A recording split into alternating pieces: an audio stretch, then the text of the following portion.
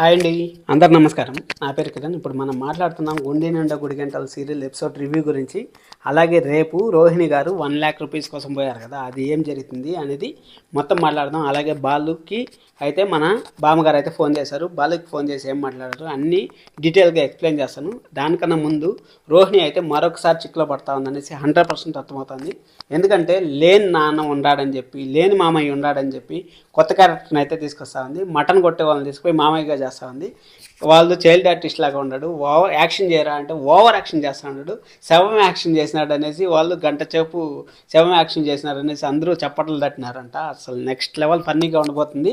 అక్కడ షీలా డార్లింగ్ దగ్గరికి అయితే వెళ్తూ ఉంటారు కదా, డప్పుడమ్మ అందరూ వెళ్తూ ఉంటారు. మొత్తం అందరూ ఆటోమేటిక్గా అయితే కట్టుకొని అయితే రమ్మని చెప్పింది కాబట్టి కట్టుకొని అయితే ఇంకా 2-3 రోజుల్లో ఉగాది రాబోతుంది. ఉగాది వస్తుంది కాబట్టి అక్కడికైతే వెళ్ళబోతున్నారు అందరూ. అక్కడ బామ్మగారు ఏం చెప్పారు, 2-3 రోజులు ఉండేలాగా రండి అని చెప్పేసి అన్నారు.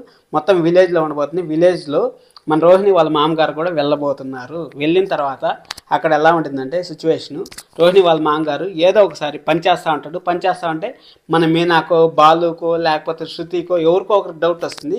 ఆ డౌట్ వచ్చినప్పుడు అంతా సీరియల్ ఎండ్ అవుతూ ఉంటుంది.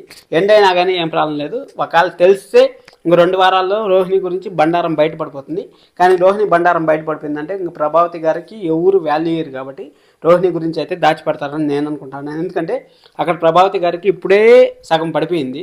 ఇంకా పడిపోయితే ఇంక సీరియల్ చూసే బాగుండదు కాబట్టి ప్రభావతి గారిని అయితే హైలోనే పెడతా ఉంటారు అనేసి నాకు అనిపిస్తుంది. ఆ ₹1,00,000 కోసం ఎందుకు పోయింది అనుకోండి మీకు డౌట్ రావచ్చు. ₹1,00,000 అయితే వాళ్ళు డిమాండ్ చేసింది, చైల్డ్ ఆర్టిస్ట్ ఉన్నారు కదా, వాళ్ళు డిమాండ్ చేసింటారు. నాకు ఇంత డబ్బులు కావాలి, 1 వారం దినాలు నటించెక్కి అనేసి అడిగింటారు. లేకపోతే 50,000 వాళ్ళ ఖర్చులకి, 50,000 రోహిణి ఖర్చులకి. ఎందుకంటే విలేజ్కి పోతుంది కదా, మనోజ్ కూడా జాబ్ లేదు కాబట్టి అట్ట అనుకో అంటారు. చూద్దాం అదైతే జరగదాం. మనం శనివారం ఎపిసోడ్ అయితే చాలా ఎంజాయ్ చేశాం కదా. శనివారం ఎపిసోడ్ అయిపోయిందో లేదో మళ్ళీ గలాట్లు అయితే మొదలైపోయాయి. గలాట్లు మొదలైనాయో లేదో అప్పుడే మన షీలా గారు అయితే ఫోన్ చేశారు. షీలా డార్లింగ్ అంటారు కదా మన వాళ్ళైతే ఫోన్ చేశారు. ఫోన్ చేసి ఊరికి రమ్మని చెప్పడం. ఇంకా స్టోరీ అంతా చుట్టూరు తిరుగుతూ ఉంటుంది. చుట్టూరు తిరగదని మన రోహిణి అయితే బల్ అవుతూ ఉంటుంది. రోహిణి మేనేజ్ చేసుకోలేక ఇంకా సతమతం అవుతూ ఉంటుంది.